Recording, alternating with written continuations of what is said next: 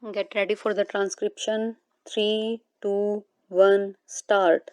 Under the 12th five-year plan, the government want to start junior technical institutes, but so far the education department is not in a position to know what type of junior technical institutes are going to be established in the country. Every time we ask the education department to furnish us with details of their schemes, the reply we get from the education ministry is that some officer of the department has been sent abroad to study this question, and only when he returns from abroad will they be able to finalize the thing. An officer of the education department has been sent to study these institutions in France.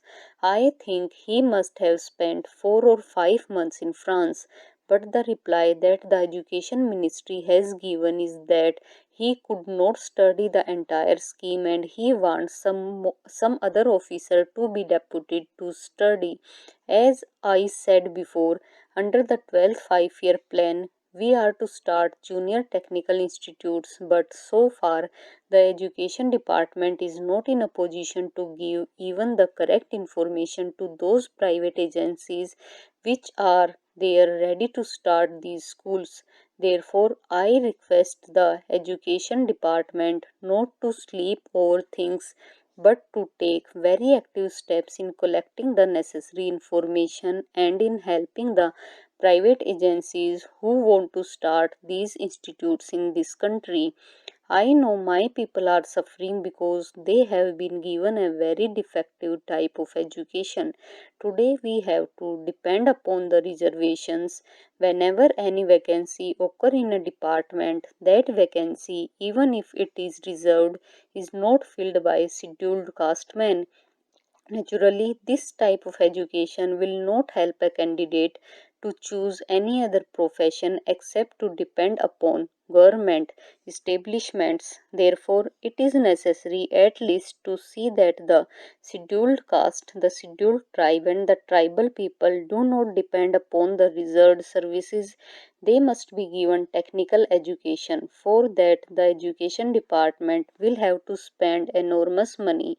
I do not want government to simply waste money in propaganda against untouchability.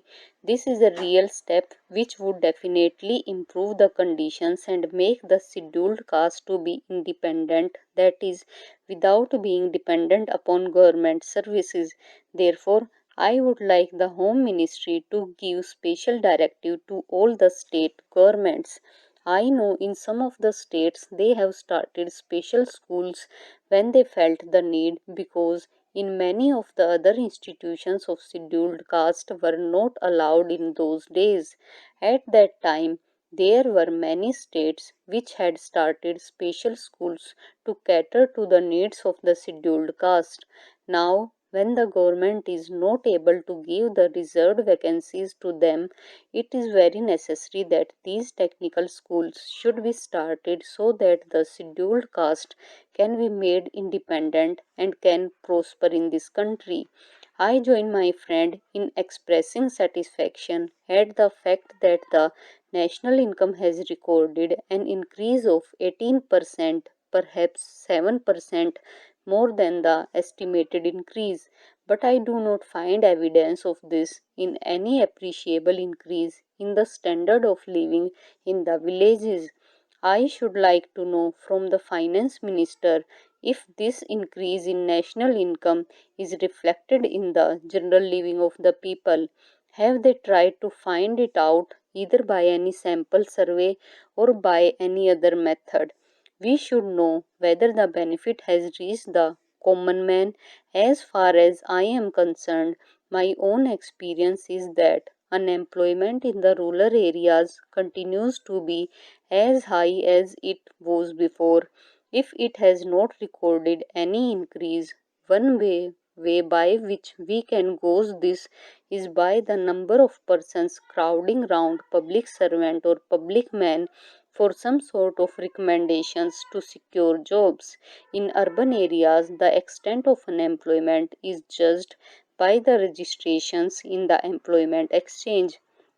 I do not suppose there is any such device for the rural areas, and I think our experience can be depended upon to some extent for finding out the extent of unemployment. This led me to feel that even though there is an increase in national wealth, the benefit is not going to be to the common man. Therefore, I feel that we should bring about a very drastic change in the property relations if we are really keen on realizing the socialist pattern of society. The sooner we change the property relation, the better.